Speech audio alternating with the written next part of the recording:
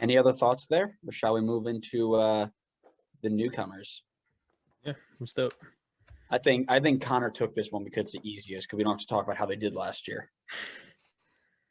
Yeah, because if you didn't know, I just didn't pay attention at all last year. Well, based off of the way you cheated on your predictions, I believe it. Yeah, okay. Anyway, clearly you didn't look at my standings predictions. Clearly, there was definitely no cheating. But anyway, Austin, welcome to the party. We can clearly see that you have come dressed to impress. If you could please leave 2020 Houston at the door, that would be great. Anyway, so their coach coming into this year, Josh Wolf. Obviously, as we said, nothing from last year, new team. So based on the coach and where he was coaching last, which was as an assistant with the men's national team. So we looked up what some of the formations that they played during that time, and it was all over the place. But we noticed that they played a 4-1-4-1 at the Gold Cup. And so we decided to go with that one as our choice. We think it fits the team as well. Obviously, we are not experts, definitely not on Austin, so we could absolutely be wrong on this. But based on the 4-1-4-1, we have them lining up with either Tarbell or Scott in goal, with Lima at right back, Beasler at center back, with Romana the other center back, Sweat and Kolmanich at left back, Ring is the defensive midfielder, Pochettino as one of the central attacking midfielders, and then Segura or Stroud as the other central attacking midfielder, Redis on the right, Dominguez on the left, and then a striker either Hosen or Schoenfeld. Now there's other guys on the team as well, like John Gallagher, who could probably play into this team a bit, or I'm not sure where they would play him, to be honest, because I know Gallagher can sometimes play on the wings. Atlanta played him as a striker last year, so I don't really know where to put him on this list. And I'm sure it's other guys as well that could be in the running for some game time. But these are the guys that we think are going to start for Austin. So based on that, we see their key players as Alex Ring, who we consider to be one of, if not the best defensive midfielder in the league. Thomas Pochettino, who can definitely be the focal point for the attack for Austin. I think a lot can play through him, shifting from the defense into the attack, playing it out to Dominguez, playing it out to Hosen, Redis, doesn't really matter. It seems like a lot will go through him. And then Matt Beasler in the back line, because obviously this is a brand new team. They're going to need to build some chemistry in the back line. And I think that Matt Beasler is a great player to have back there that can kind of be a leader and kind of help build some chemistry. And we've seen what he can do with SKC for many, many years now. And now he'll be moving on to a new system with new players and new teammates. So we'll see how that works out for him. Some players who need to have a big 2021. Alex Ring. I mean, we know the quality that he can bring, but I would say, and this is probably a compliment to how good Austin is, their weakest point is probably their defense. It definitely, their starting defense is definitely not bad by any regards, but they are a little thin at the back. So if some injuries start to happen, then things could look a little bit shaky at the back, in which case Ring is going to have to step up big time and clean up as much as he can to prevent whatever he can from getting to that back line. We know he's definitely capable of that, though. This is one for me personally. I said Brady Scott, and I said, assuming that he gets the start for Austin, he's really going to need to prove that he deserves to be starting every week, because there's definitely competition for him to get benched. And if he's not performing, he's going to get pulled. And then the last person I said is Beasler.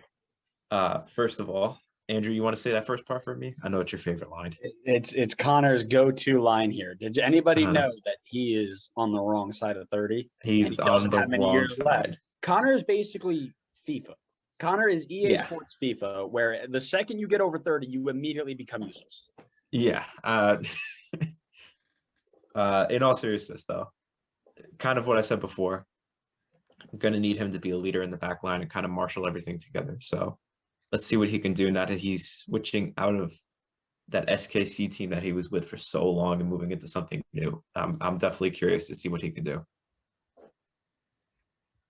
The one thing I want to draw attention to is that spot that we have listed for Segura or Stroud. There are a lot of other players that can fit into that spot. One being Diego Fagundes. I reckon if they're going to go play with an attacking-minded midfielder, I think he gets a shout over Stroudy because Stroudy's more of a winger. I understand that transfer market has him listed as an attacking mid, but he just doesn't fit in that style, or at least he didn't with Red Bull. The other one that is a sneaky shout here is Daniel Pereira, one of the top picks. I believe he was the number 1 pick overall. I think Austin had the number 1 pick, right? They didn't trade it away. So he was number 1 pick. And watching his club highlights, he's got a bit about him. You know, he'll need a little bit of time to get used to the league, but don't be shocked if you see him getting a few starts this year or getting at least minutes deeper down. Their depth is honestly not awful. Right back depth could use a little help, but you can throw Jimenez on that side. You can throw Cascante out wide. Their center back depth could use a touch more work, which I'm sure they're trying to address. But yeah, your center, and I think if we take a look at that formation, right? We talked about how the U.S. men's national team is probably where he's going to pull from. You have to assume that the reason he went out to get Ring, not necessarily the reason, but one of the reasons is so he can play a formation where he can throw as many people forward as he can. I don't think anybody would be shocked to see Ring playing as a lone center defensive mid in this system, because he's just so good at cleaning up behind the back. And like we mentioned, if Segura does get in there, he plays both sides of the ball pretty well. So I think those are the two things I would throw in there. I think you'd probably see Mr. Fagundes taking that cam spot over Segura or Stroud, or him swapping in with Pochettino, so that Segura can play more of an 8 than a 10. But other than that, honestly, really hyped for this. Like I said, they're on paper, starting 11 really solid.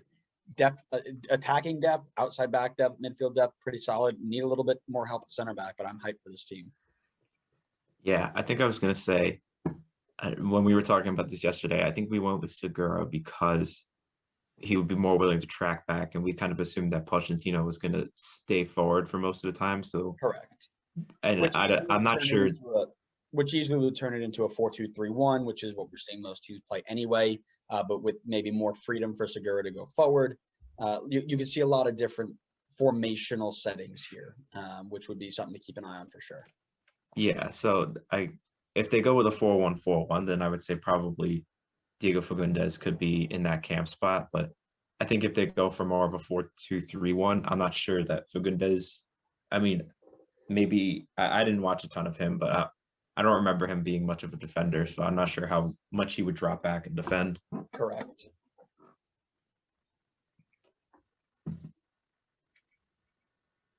Thoughts, Adam? You've been kind of quiet. No, I was just letting you guys go.